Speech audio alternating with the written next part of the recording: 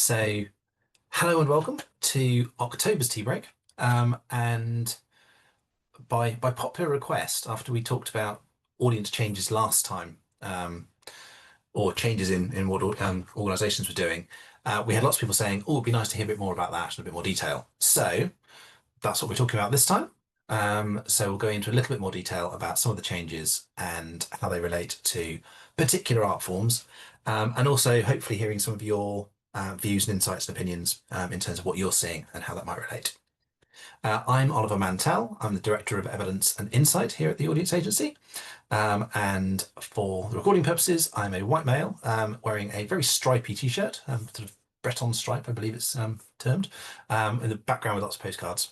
And I'm joined by my colleague Megan, who will say a quick hello as well. Hello, everyone. I very nearly wore a Breton stripe top today as well, so I'm glad we didn't because that would have been weird. Hi, everyone. I'm Megan. I work in the marketing communications team for the audience agency. My background's in marketing, theatre, performing arts, etc. I'm a white woman with sort of middle-length, dark brown hair, wearing a black sweater today, not a Breton top. Thanks. Nice to see you all. Cheers. Okay, doke. So I'm going to crack on because there's lots to talk about. This is very much a sort of an extra look at the data.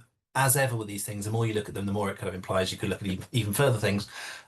So let's just see what we see. So just for a reminder for anyone who's here last time, or new information for anyone who wasn't. So all of this analysis is based on Audience Answers, our data aggregation service. In particular, a cohort of 224 venues that we've got data in that's nice and consistent across the 6-year period that we're looking at, from 2019-20 to 24-25.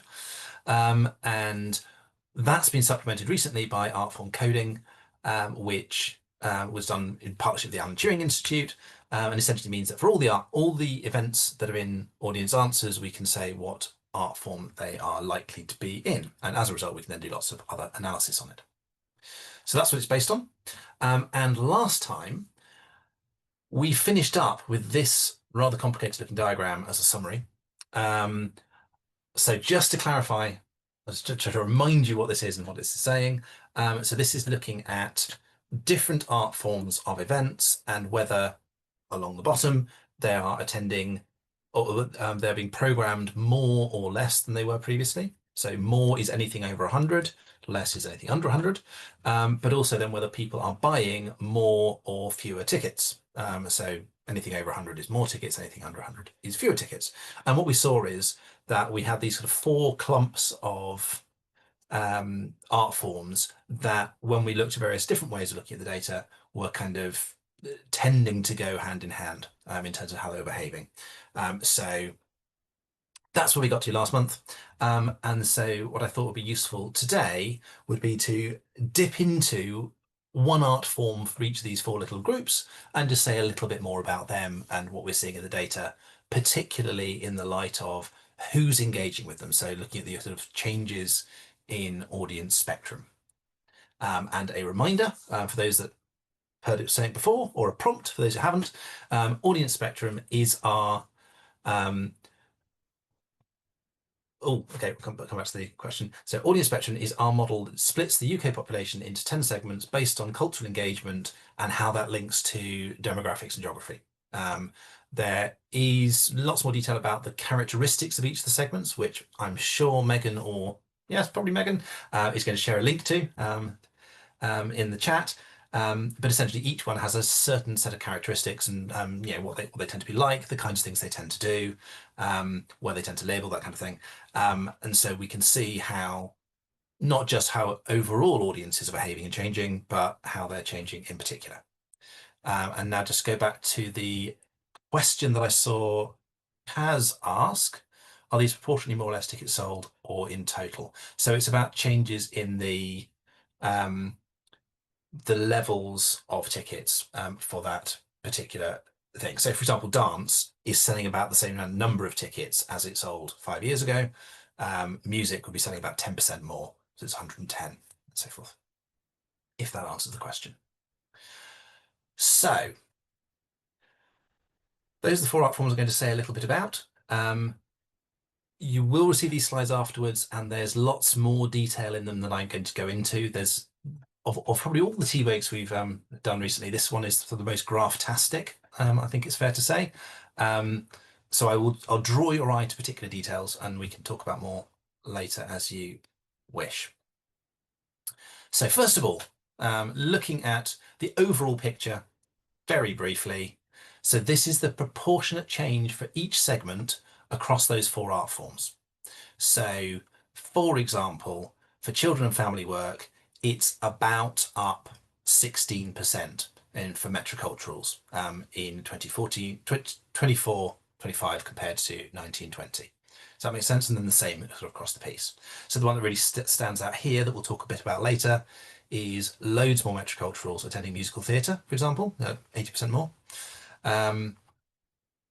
The yellow ones that are all down are home and heritage, the segment we've heard a lot about over the last few years as being much lower post-pandemic. And Megan, can I ask you to answer Kaz's question, if that's all right, Fab?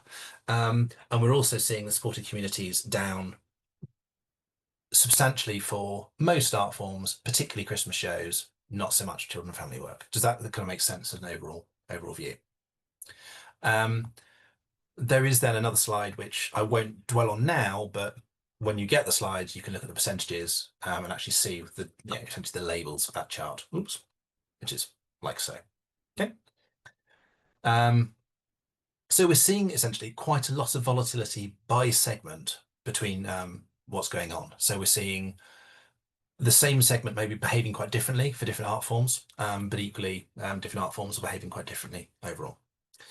So first and possibly silliest question of the year, when is Christmas? I do know the answer to this, and that's how I managed to plan in my Christmas shopping so efficiently on the 23rd.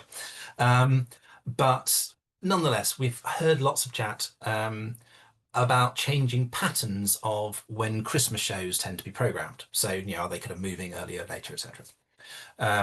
So I thought I'd delve into that in a little bit more detail. And we have seen, I think, quite an interesting pattern in terms of how it's moving around.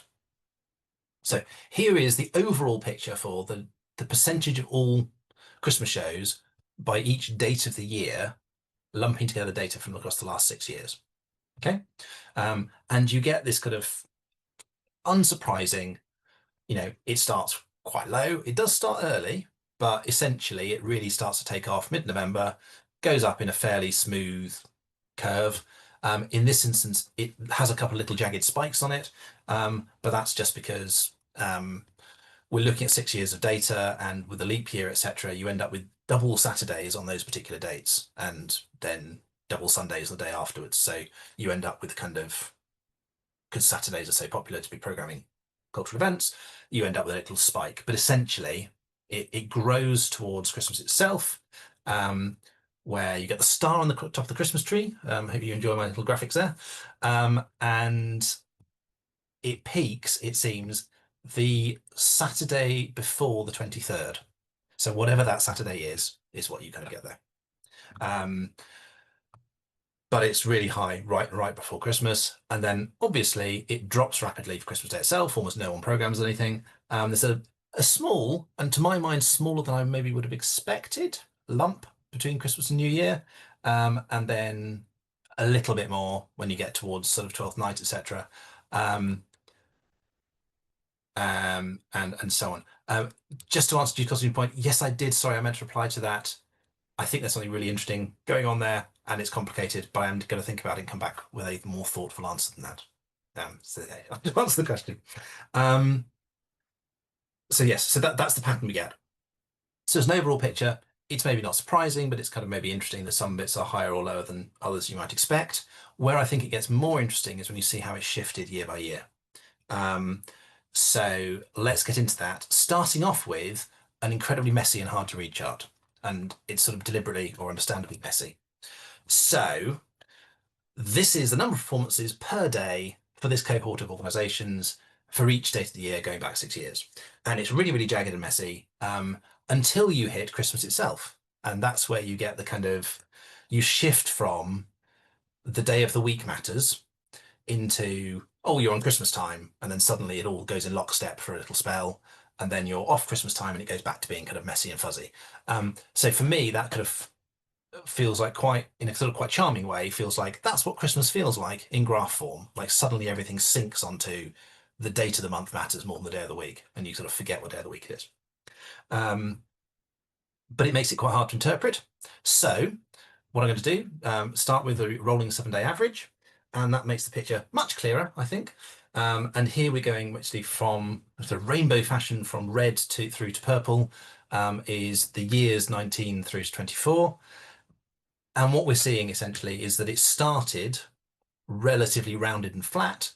The pandemic years, particularly where you had the kind of waves at Christmas of COVID, which kind of crushed the audience into those very particular Christmas dates because people were, if they were going to program anything, they were going to make it as close to Christmas as possible. But actually, programming in general got a bit kind of reduced because of the Omicron waves, etc. Then it kind of grew out a bit in the following couple of years, and then finally this year, this last year, you could see that there's more programming overall, which is what we've seen in general, but also a slight change in the pattern of programming and slightly sort of sharper shoulders to the Christmas period. And in the next views, I think that'll become more and more apparent. But essentially, um, this is if we just equalize it so it's not, because obviously there were just more performances in later years. So let's just kind of equalize them up and go what share of performances. And that's where you see a really sharp contrast between the kind of the peak of 2020, 21 and then the much flatter kind of thing the year before, and indeed as it shifts out later. But to make it even clearer, if we look at just the difference from the average, this will sort of splay these lines all over the place, but it'll make wherever any particular line is different. So if that year is atypical for that date, it'll become really, really apparent. So it's a slightly strange way of representing the data, but trust me, it's kind of burst it open. And what you can see here is that there used to be more stuff going on in January in 1920 than there has been subsequently. Hence, that red line shoots off up into the up to the right. That Christmas got really crushed in 2021. And it really kind of, it's higher in the around Christmas itself, but lower everywhere else. It started to edge outwards. You could see a bit more, maybe kind of pushing for an earlier Christmas in 2022, 23, 23, 24. And in fact, 22, 23, the green line, you can see it's trying to push at either margin to kind of say, can we program more and more commercial work? And I think that fitted with how people are like, okay, now we're coming out of the pandemic. What's the stuff we can do that will make most money? People are trying to stretch it. But I think people started to realize that actually you can't go too far away from Christmas and have Christmas shows really still working that well. And so then you get a kind of a desire to maximize on the shoulders of Christmas. So you get kind of late November, more stuff being programmed, then more stuff being programmed up to about 12th night, but then dropping off quite sharply either side of it. So I think that's quite interesting because for me, that tells a story of an evolution of how people are trying to program to kind of maximize impact Christmas work, Christmas shows, and some experiments that sort of the sector as a collective swarm, without necessarily kind of planning it together, have kind of been going through this process of trying to kind of adjust to find what's going on. So there we are. So that's my question mark about when is Christmas. So on to plays and drama, which was one of the art forms we saw most drops for, and sort of potentially some key challenges, as well as having some challenges for Christmas shows. So this is looking at how much are people paying for tickets and relative to how many tickets are they buying, and how that's changed over the 5-year period. So if it's 100 along the bottom, it means they're spending as much as they did in real terms. If it's above 100 on the left-hand side, are they buying more tickets than they used to or fewer tickets than they used to? Now, the notable thing here as a starting point is almost all segments are paying less in real terms. So that means if you account for inflation. So it's like you divide the amount by about 1.24 for the 5-year period, which is the Bank of England inflation calculator. So we saw before that the overall figure was down a few percent, but actually there's quite a split between how different segments are behaving. So we're getting some that are dropping relatively little in terms of how much they're spending, and that's particularly some of these kind of mid to lower engaged family segments, particularly frontline families, trips and treats. And they're also actually people who are buying more, relatively speaking, to what they used to. Um, and I think there's something quite interesting here that leaving aside the three on the left, which we'll come back to, we're broadly seeing a line that goes up and right running through most of the segments. And your traditional idea of a demand curve would be you charge more for something, you sell less of it. So you'd expect the line to be going the opposite direction, like down into the right. So what seems to be going on here is the key driver is to what extent are people keen on, motivated to buy this art form, and that's what's driving the shape of the curve. So if they're on board in terms of how much they pay and how often they buy. It's not a trade-off. It's kind of they're more on board or they're less on board, and that's the kind of driving the main shape of it.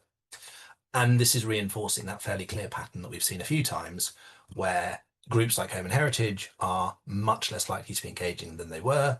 Groups like Frontline Families, Trips and Treats, much more likely to be engaging than they were. But all in the context that the overall spend is dropping. Now, the weird exception is those three on the left. And I looked at those and thought, I recognise that little set of faces because they tend to be the profile of London. So is there a London thing going on? And it turned out that yes, there is, but it's not necessarily quite what and how I would have expected. So this is the non-London picture, which is basically very similar to the overall picture because it's most of the data. But the London picture, done with these little sort of hollow dots, is radically different. So it seems to be the case, and I don't have an explanation for this. I note it as something kind of striking and interesting, that people are spending less in real terms on play drama tickets in London for these sets of venues than they used to, substantially. And although how much they go is in a fairly similar order, albeit the top two are flipped and Trips and Treats is really kind of pushing on in terms of in London audiences. But the amount they're spending is almost flipped. So some of the ones that would be expected, you'd be expected the price they're paying to be relatively higher is actually relatively lower, and so on. So I suppose the key thing that sticks out for me from that is London is very different for the plays drama audiences. Bearing in mind this is not West End, so there are London venues in here, but it's not the West End audiences. It's kind of almost what you'd consider to be more like the local venues you'd see outside London. So, but clearly not behaving in the same way. And it seems like audience numbers have held up in London, but only at the expense of dropping price, which I think is quite interesting. So I think there's something curious going on there. And the big differences in the frontline families, particularly across London and non-London, I think is maybe one that would catch the eye as well. So yes, I'm puzzled by this, but clearly it's quite a sharp distinction. I don't have any neat answers. Great question. This is based on the postcode of the purchaser. So obviously purchasers will tend to be going to London venues because people don't tend to travel that far from home on average to attend things. But this could include people traveling to venues a long way away in either direction. Yeah. Okay. So for musical theatre, I'm going to simplify it slightly. And when we look at people purchasing for musical theatre, we can see there's basically two segments where there's most change, depending how you count change.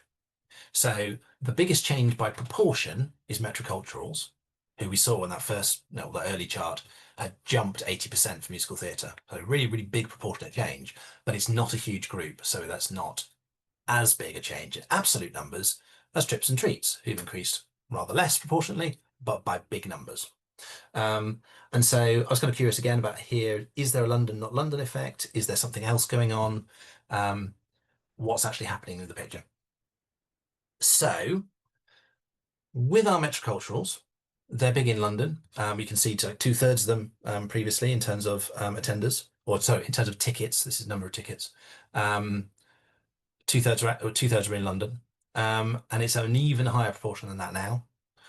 So 143,000 compared to 34,000. So there's been a really big increase in that group attending musicals in London. And again, these kind of it's not West End musicals, but yeah, musicals at venues, and the proportions have basically more than doubled of that group in London. They've barely increased at all outside of London. So again, there's something odd going on there. Like, what is it that's driving that kind of difference of behaviour in London? But overall, yeah, there's a really big uplift in terms of that segment. Trips and treats, there are barely any in London. They tend to be right on the outskirts, like scattered around maybe the sort of the fringes of southeast London and so forth. But I mean, they've increased engagement a lot, but it's really small numbers. Outside of London, though, although they've increased by a lower proportion, because musicals in London are going great guns in general. I mean, that's just a really big positive trend at the moment.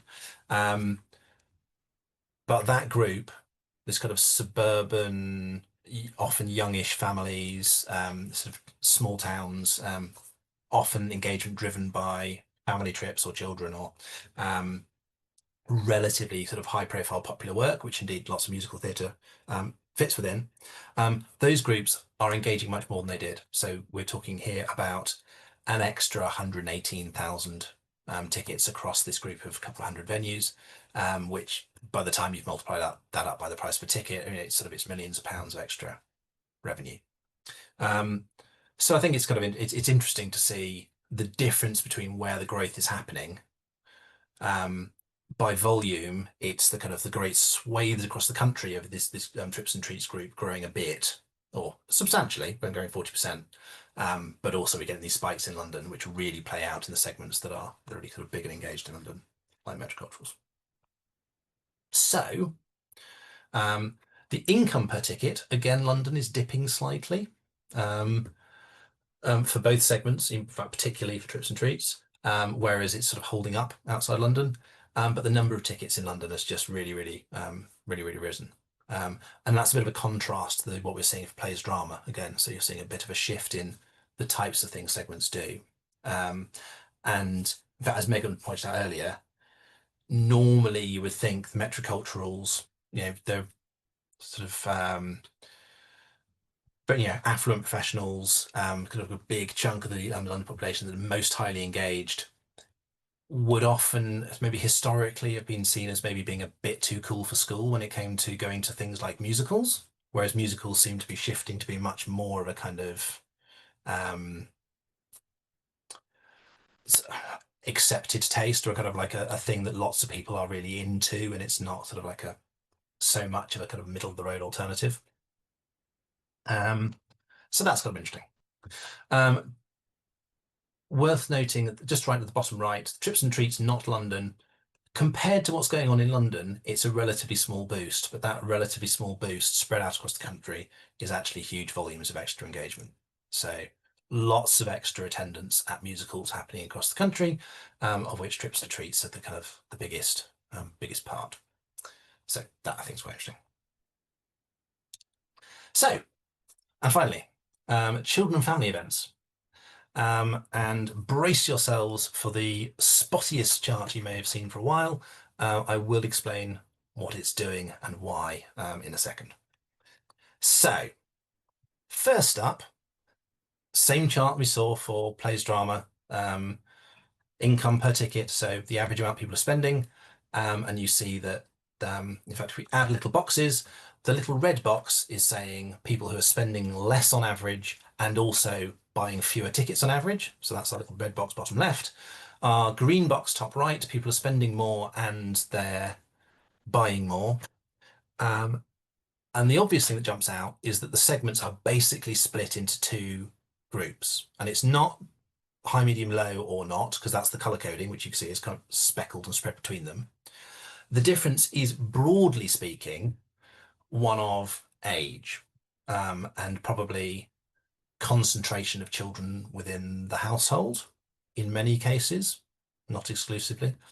But what we seem to be seeing is a bit of a distinction developing between those two groups of segments, where sort of family and or urban groups are separating off from the kind of more to older and or more rural groups in terms of purchase of children and family tickets.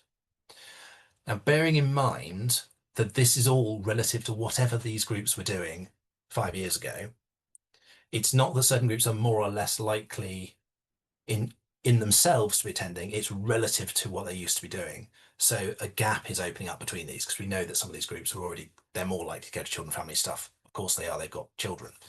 But the fact that a gap's growing, I think is kind of notable. So that's just the initial picture. So we're seeing that happen. We're seeing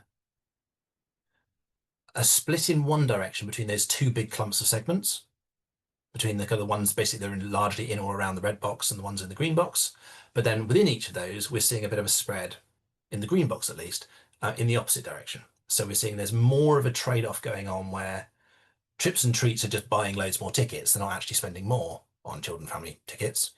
Whereas other groups, particularly the ones experience seekers, metroculturals, kaleidoscope creativity particularly, are more likely to be spending more, but relatively speaking, only buying a few more tickets, if that makes sense. So like one of them's stretching on price and one of them's stretching on number of tickets, but they're all kind of heading in the same broad direction, if that makes sense. So we've looked at things, particular key highlight segments on previous art forms. We've looked at the overall segments. And so here I'm going to show you what the second tier can add to knowing about these segments. So this is where it gets all very spotty. And I will guide you through it, but essentially this is adding on the subsegments for each segment. So for example, you can see we've got right at the top, F2, that's the F2 subsegment. You can see that that's Frontline Families 2. Frontline Families big blob is just sort of below and slightly to the left of it.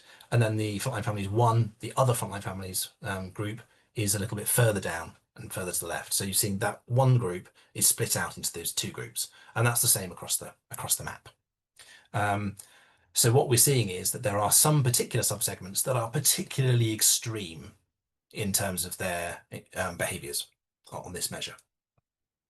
And most notably, the same way that we said that the younger segments tended to be the ones that were up and to the right, so spending more, buying more, the younger splits of those segments are the ones that tend to be up and to the right. So it's just compounding the effect, but it's much more acute. So F2 are the younger ones of the Frontline Families. They're way off up to the right. E2, M2, same kind of thing going on. So there's loads of detail you could dwell into on this. I'm not going to go through all of it because that would take forever. But I think it's interesting how some of these are really closely bunched. So essentially, if you know the top tier, you kind of know the picture. So Kaleidoscope Creativity, they're all together. Basically, there's like not lots of detail between those two subsegments. If you look at supported communities over on the left, there's a small fraction of that group that are very different from the rest. And that's actually one of the reasons we did the split, because S1 is way up at the top next to Trips and Treats. And those are the young members of supported communities, whereas the rest of that group are much older, and sure enough, they're down in the bottom left-hand corner. So if you see that group in a profile, which of the subgroups are actually represented becomes really important. And this shows just quite how big that split is. They're spending more, they're buying more, as opposed to spending less and buying less. It's quite a sharp distinction between those subgroups. This next one just joins up each of the groups so you can see how they fit together. So that one we've just been talking about is the big long blue line that stretches right the way up the left-hand side. But most of these are following that same pattern we saw previously, where there are some groups and some subgroups that are more likely to be interested and be engaged with children and family work than they used to be. So they tend to stretch up to the top right. So the line will tend to go in that direction. There's a less engaged group or subgroup and a more engaged subgroup, and that's it stretches the line that way. The exception, which I think is one for our future exploration, is two groups, community land culture buffs, dormitory dependables, that are going in the opposite direction. So they seem to be having a bit of a trade-off. That one group are going, relatively speaking, more than the other, but spending less, and the other one is going less than the other and spending more. So again, there's a different type of split going on within those segments. Won't get into that in any more detail now, but I think it is interesting when you start to see those types of patterns to see that within this broader picture of how are children and family work doing in general, we can start to say, yes, but actually, are different segments behaving differently? Are different sub-segments behaving differently? What's the granularity on that? So everyone's still with me. Anyone's still with me? Hopefully a few people. I appreciate it's super complicated. We will share the slides and you can dwell with them at greater length. But oh, yeah, good. I got a thumbs up floating. That's always a good sign. So yes, so what does this mean? Well, I think there's lots of specifics by segment, specifics by art form that it's worth noting. And if you're targeting a particular group, then looking at how that group is behaving, or if you're in London or not in London, seeing quite how sharp some of those differences can be, and therefore how you might want to kind of differentiate, particularly if you're comparing to overall national figures in any context, that really the kind of London, not London split is vital. Hopefully, you can see the certain art forms, certain clusters are behaving in more or less similar and different ways. We saw the four different groups of art forms we had at the beginning. We started to see certain segments grouping together. Generally speaking, we seem to be seeing the sort of what you would call sort of like the young, middle engaged family segments. Well, kind of varyingly engaged, I guess, but experience seekers, trips and treats, frontline families, they're all behaving in the same sort of way in various different contexts. And also some of those urban groups, metroculturals, kaleidoscope creativity, and again, experience seekers also sort of being attracted to each other in terms of their behavior. So we see those patterns recurring. So maybe it's worth keeping an eye out for that kind of pattern going on. But the subsegment clearly matters a lot, particularly in very particular groups, particular contexts. So you can see, at least for an indication for children and family work, where we've seen some particular similarities and differences from that previous chart. It's a real flag that if you're focusing on supported communities, that the differences become huge and quite important between those subsegments, but also that we can see patterns, the younger groups kind of giving us a real hint at greater engagement amongst some of those groups now, relatively speaking, to other groups. So there's a direction of travel, I guess, in audiences. I've tried to show some different ways of carving out this data in different sort of viewpoints, whether it's how much is programmed, segment, subsegment, key segment, just to show different ways of eyeing the same thing, and that you might want to think about your own audiences in relation to those different lenses and how that might shed different light on different things. And hopefully the musical theatre example made really clear that proportionate changes aren't the whole picture, and you need to look at absolute values as well. So look at how big are the numbers that we see moving around. And some of those summary charts that showed the change in each segment by art form, like some of the segments that are changing quite a lot, it's tiny groups of people. It's really not actually in real terms massive effects. It's just that there's a direction of travel, and you kind of want to know about both. You want to know whether people are changing, but also how significant are they. Phew. So there we are. That was quite a lot. Happy to chat more about it, answer any questions, hear your thoughts and theories in terms of what it might mean, and particularly some of those unexplained bits. But in the meantime, over to Megan, and I will stop sharing so that it's easier. Sorry. Gosh, there's a lot there, isn't there? A lot into. I haven't had much of a head start on looking at this, but I will sort of mention some things that popped out to me as we're going through this. I should preface that I'm not at all qualified or clever enough to offer any sort of explanation of why things are shifting as we've demonstrated there. Would love to hear your thoughts if you do have some ideas about what's going on there. So I think the kind of thoughts that I'll share here is sort of how I would respond if I was a marketer, for example, in a venue or a company that is trying to reach these audiences, and what I might want to sort of dig into a little bit more, really, in quite practical terms.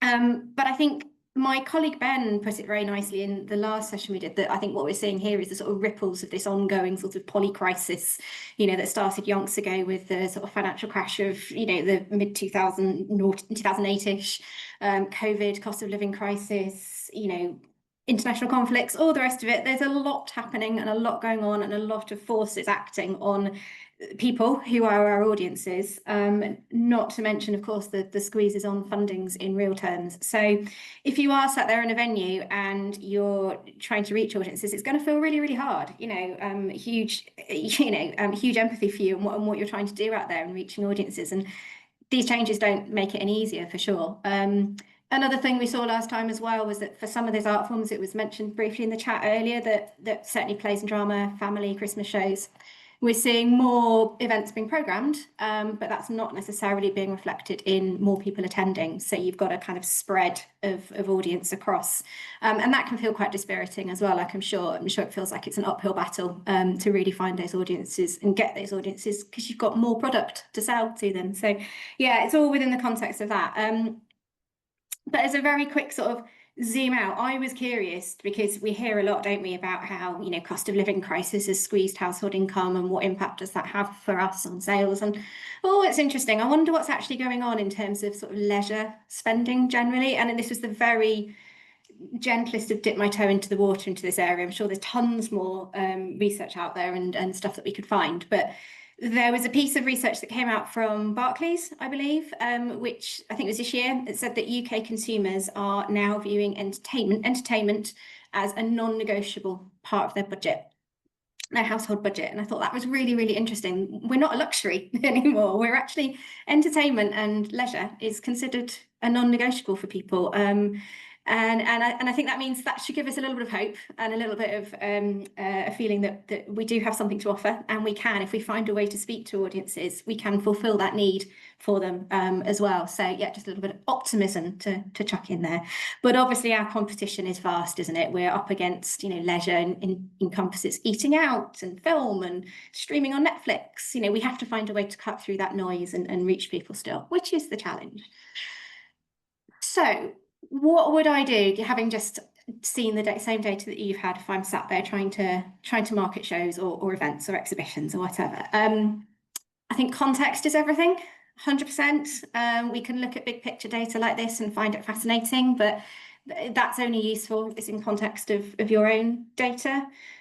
So before doing anything or before rushing off to my marketing director and demanding a huge amount of budget to focus on a new segment, I'd possibly look at my own data and see, is this reflected in my own data? Is this the trend for me, as well as the national trend, or indeed the London trend, or wherever you might be? Shameless plug here, we can help you do that. If you don't know, if you want a bit of help digging into your own data, we've got tools and services to help you do that.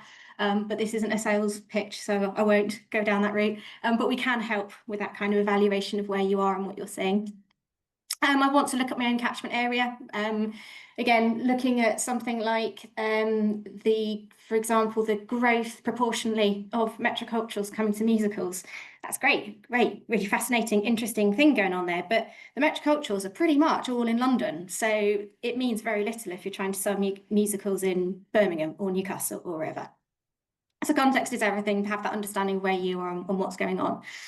I think I know Ollie mentioned it earlier as well, but in terms of you looking at changing patterns of income, ticket yield, overall income, do it with that eye on inflation and the way that money means more or less as time goes on. There is that useful calculator on the Bank of England website apparently that you can use to do that. So context is king at all times.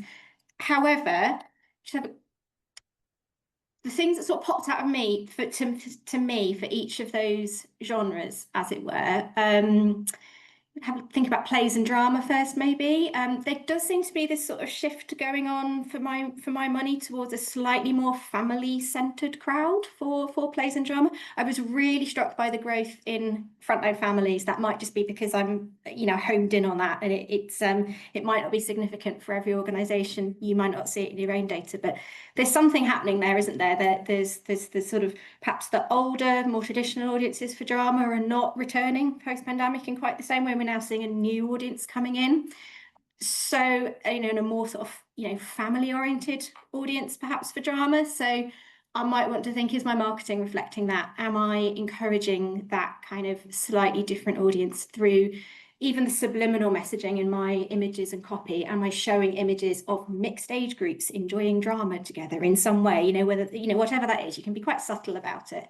Am I including age suitability in marketing materials for plays and drama, just to make it all a bit easier for those people, understanding that there has been that sort of shift going on. Musicals, I'm a total musical theatre nerd, so I love to see that musicals are getting more popular amongst the metroculturals because they should be considered high art as far as I'm concerned. But flippancy aside and my own personal love of musicals, I think that's really, really interesting. There's definitely, again, a shift going on with musicals. Is that shift reflected in the sort of product that's coming through? And maybe you want to look at your own programming. Are you programming a different type of musical, a more contemporary musical, a musical that's not been, it's new, it's not been doing the touring rounds for 20 years. That is going to bring in a kind of a different kind of audience. But again, thinking about the shift towards the metroculturals, that's only really relevant if you're in London and you've got that metrocultural audience on your doorstep. So context in all of these things. So if your core musical audience is, and the volume is increasing amongst those trips and treats, as we saw, if we haven't got the metroculturals, you're going to focus in on your trips and treats. Is your marketing speaking to what is motivating them? Are we speaking to their sense of occasion, that feeling that they want to go out and have a really special experience? Are we speaking to that in how we're talking to them?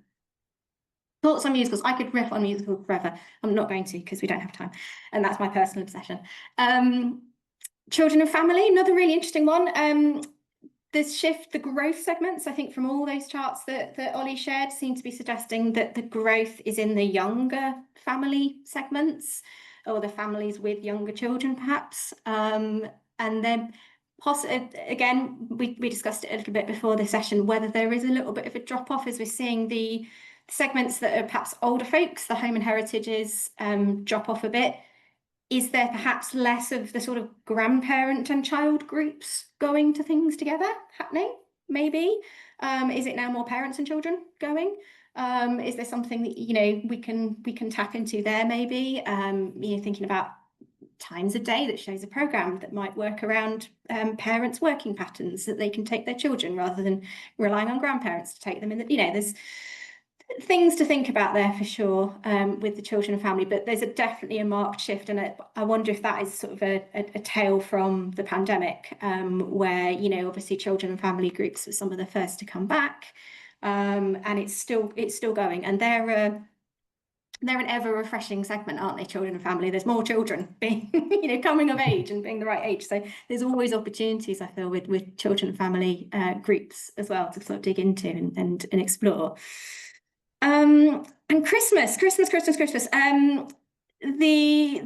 that March drop off in the older segments means that perhaps we can't rely on that traditional Christmas audience that we've been able to, and perhaps we need to start thinking about pitching our Christmas shows slightly differently. Maybe think about them as full experiences rather than just relying on the title.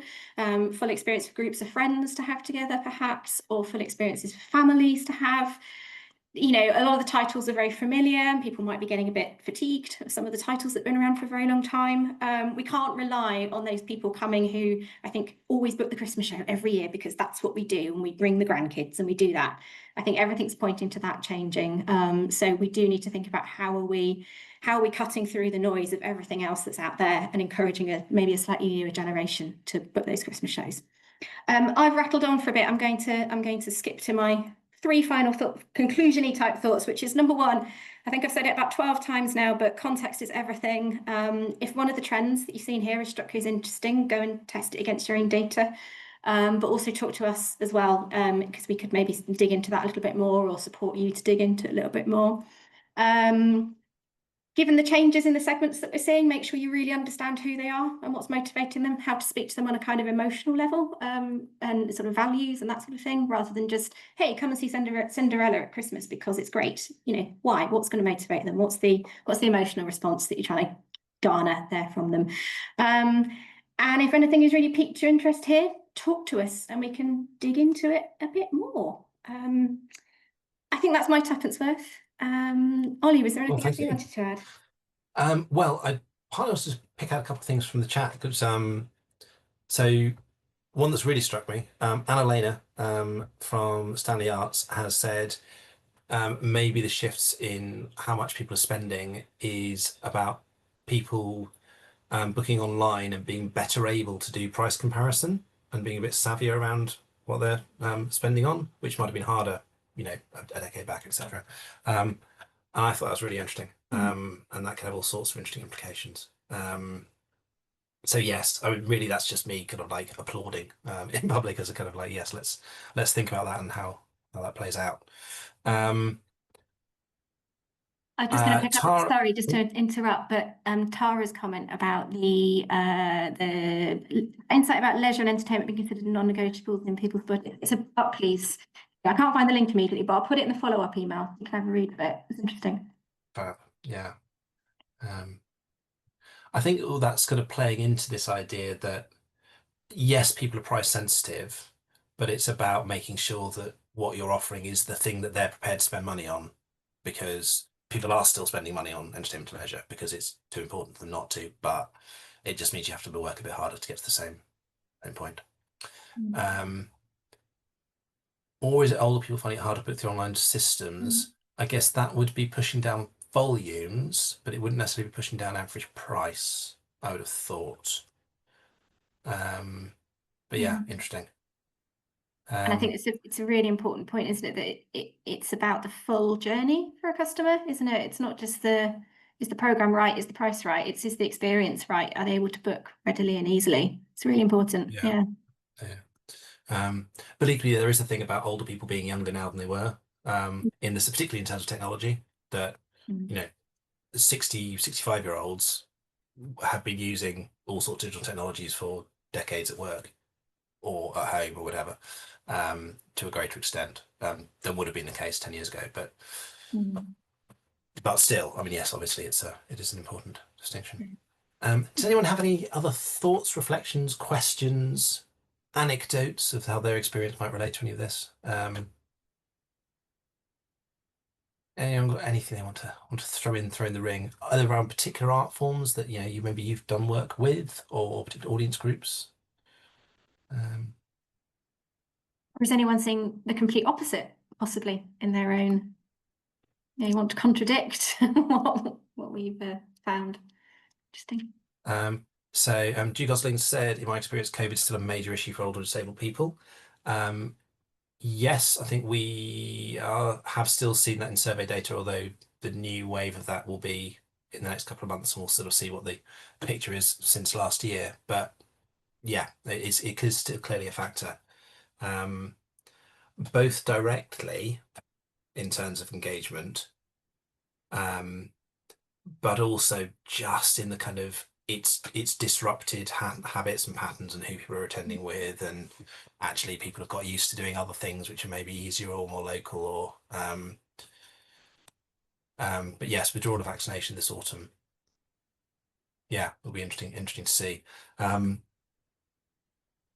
So yes, I think that whole picture is true. It's relevant. The other thing which I sort of knew, but didn't know too immediately until I actually looked up figures in relation to the Arts Council touring project we're doing. Um, the proportion of people who died of COVID who had a disability um, previous to COVID is really high. Um, it was actually quite shocking, just quite how concentrated that mortality was in terms of disabled people. So yeah, I mean, just in a really, really basic sense, there's lots of people who can't attend him, which is yeah. So I think there's a whole thing about how interesting that's been downplayed in terms of the impact, but yes, um, and that's the link. Brilliant, thank you, Megan. Finally found it. I wonder if there's a seasonal effect. So people who are more COVID cautious do more summer but less winter. That would make a lot of sense. Interesting. Which we could splice together the two sources of information, survey data, who says they're more, and then that. So yes, that's one to look at. But I suspect that would be the case. Mm. Um, anyone else? Laura, I don't know if you've got any thoughts. Only that it's been as fascinating as last time. And as you say, the more you look into things, the more you realise that there are other things to look into as well. So it sort of reveals a different picture, a developing picture, but there's more aspects even again. So I'm looking forward to seeing the Yes. slides to Yes, dive that's into that a partly bit why more. I feel slightly scared every time I actually try and say anything definitive, because the moment you say it, you go, oh, and then there's this, and then yeah, the picture unfolds. In terms of looking more at summer and outdoor shows and how those might be behaving, we might be doing more detail on that in the next month's session, subject to availability of various people too.